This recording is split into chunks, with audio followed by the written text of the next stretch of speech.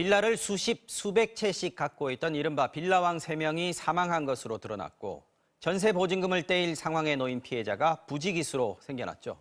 이 가운데 60채 가까운 빌라를 사들여 세를 놓은 뒤 돌연 사망한 20대 송모 씨 사건을 저희가 최근 집중적으로 보도해 드렸습니다. 그런데 보도 이후 송 씨는 다른 누군가로부터 일감을 받아 심부름을 한 사람일 뿐이라는 제보를 받았습니다. 일감을 준 이 사람 누굴까요? 먼저 박진준 기자가 단독 보도합니다.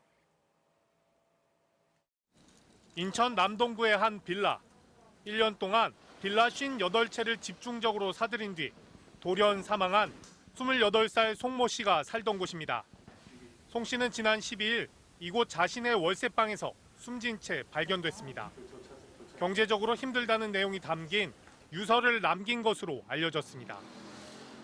임대인 송 씨가 사망해 세입자들이 난감한 상황에 처했다는 보도 이후 저희는 제보를 받았습니다. 오모 씨라는 또 다른 인물이 여기서 등장합니다. 송 씨와 매우 가까운 관계인 제보자는 송 씨는 특별한 직업 없이 어렵게 살았다. 오 씨가 부동산 관련 일거리를 따오면 심부름을 하고 건당 돈을 받아 생활했다고 말했습니다. 오 씨는 송 씨보다 1살 어린 96년생 27살입니다. 오 씨의 주소지로 찾아갔습니다. 인천 남동구의 빌라. 오 씨의 주소지는 숨진 송 씨가 살고 있던 그 빌라와 같았습니다. 송 씨는 201호, 오 씨는 401호에 살았습니다. 주민들은 외제차를 끌고 다닌 청년으로 기억하고 있었습니다. 도대체 뭐하는 X인지 모르는데 BMW 그거만 맨날 타고 다녀. 근데 그렇게 가게 차를 안 빼. 27살 나이에 외제차를 타고 다녔다는 오 씨는 어떤 일을 하는 사람일까? 빅데이터 업체에 의뢰해 오 씨의 부동산 내역을 조사해봤습니다. 오 씨 소유의 빌라는 모두 94채. 숨진 송 씨보다 더 많은 집을 갖고 있는 또 다른 빌라왕이었습니다. MBC 뉴스 박진준입니다.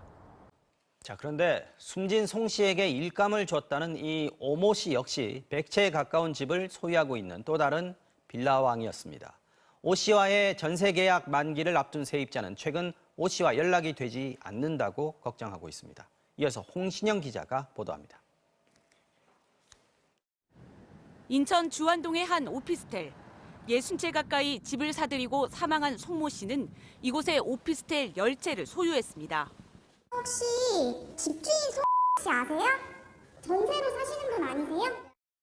이 건물엔 송 씨에게 일감을 줬다는 오 씨 명의의 오피스텔 7채도 있었습니다. 오 씨는 작년 2월부터, 송 씨는 2달 뒤인 4월부터 집중 매입했습니다. 옆 동네의 또 다른 빌라. 이곳에서도 오 씨는 작년 4월과 5월 한 채씩 샀고 오 씨가 산 바로 윗집을 7월에 송 씨가 샀습니다. 부천에 있는 오피스텔 역시 오 씨가 몇 채를 사고 난 뒤 송 씨가 이어 샀습니다. 이렇게 오 씨가 사들인 집은 94채. 인천에 가장 많고 서울과 용인, 고양시에도 있습니다. 정상적인 임대업자로 보기에는 짧은 기간 안에 많은 물건의 매매 및 전세 계약을 진행하여서 이는 현실적으로 단독 진행했다고 보기에는 어려운 점이 있습니다.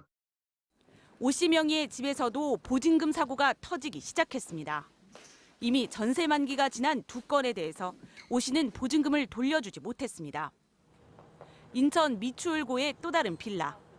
30대 세입자는 오 씨와 연락이 되지 않는다고 했습니다.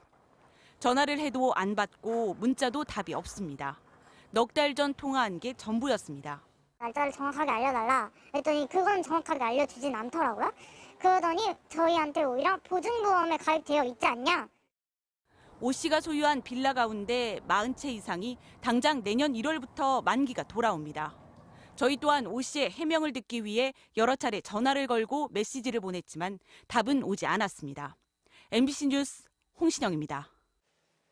네, 이 사안 취재를 이어가고 있는 경제팀 홍신영 기자 나와 있습니다. 자, 홍 기자, 이번 주 초에 숨진 송모 씨 건을 우리가 다룰 때부터 의혹이 남는 부분들이 있었습니다. 일단 이렇게 60채 가까운 많은 빌라를 사들이고 또 전세를 내주는 과정에 굉장히 복잡한 일인데 이걸 송모 씨 혼자 할 수 있었겠느냐 하는 의문이었거든요. 네, 보도 이후 저희에게 연락을 해온 제보자도 네. 송 씨가 혼자 벌인 일이 아닌데 매도당하는 것이 억울하다는 입장이었습니다. 네. 이용을 당했다는 겁니다.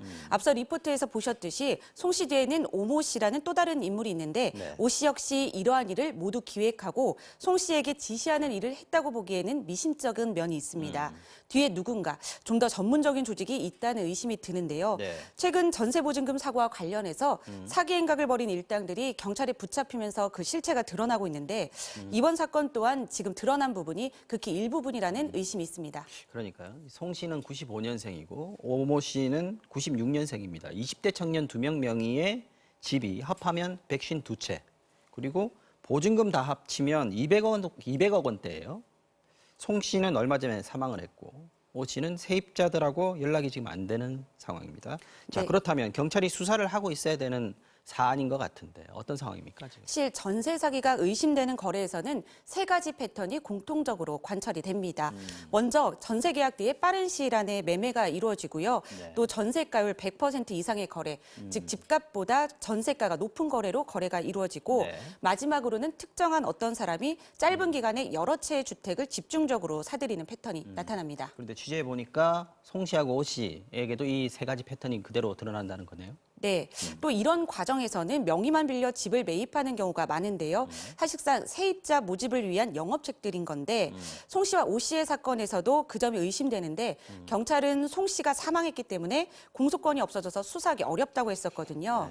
이제 공범이 있는 전세 사기 가능성이 있는 만큼 수사가 진행될 필요가 있어 보입니다. 그렇죠. 지금 피해자들이 많고 또 송 씨가 사망을 했다 하더라도 이게 송 씨 혼자 벌인 일이 아닌 걸로 지금 의심되는 정황들이 많이 나오고 있으니까 수사를 해야 될 사안인 것 같습니다.